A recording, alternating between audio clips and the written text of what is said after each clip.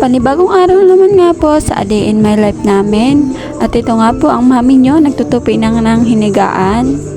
4 AM pa nga lang po ay wala na dito yung asawa ko. Nagayak na po siya papuntang trabaho. Kay pang umaga po ang kanyang duty. At napansin ko nga po na ang buhok ko ay buhaghag. Pagpasensyahan nyo na po kay hindi pa po nakapagpaayos ng buhok at wala pong budget. At ayan nga po, inayos ko na ang sarili ko. Nang sa ganon, maganda naman po ako sa tingnan sa front ng camera.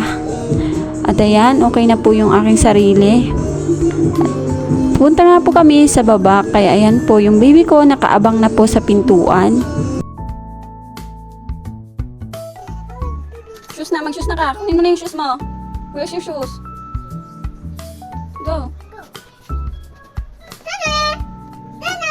Okay na, may shoes na ka. Suot na, suot. O, dito na, suot na dito. Baliktad!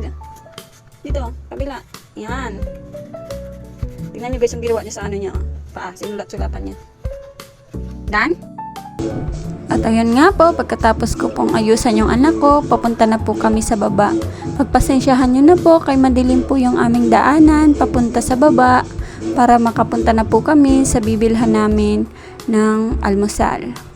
At ayan nga po, naghakbang na kami sa hagdan, dahan-dahan lang po, kay baka mahulog kami. Medyo may kadiliman nga lang po, kaya sobrang ingat talaga ako mga loves. Ito nga po yung kuha sa labas ng bahay namin.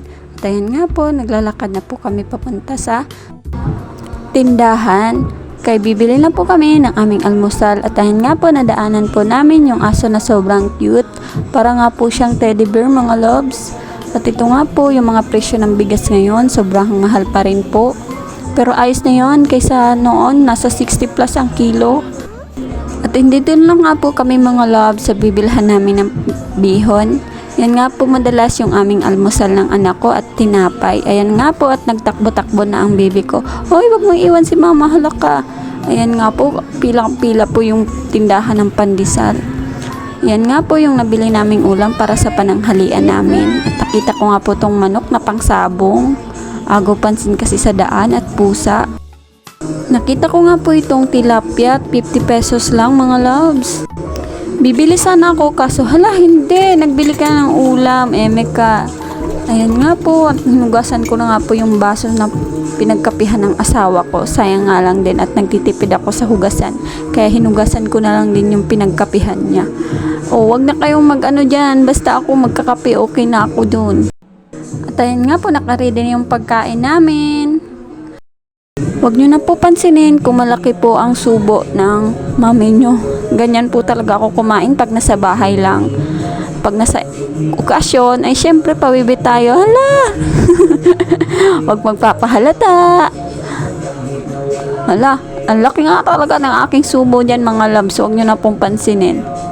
At ako ay gutom na. Ayan nga po yung baby ko, nag-aalmusal na din. Hanggang dito na lang po muna. See you next video mga loves. Pa-share po. Love, love!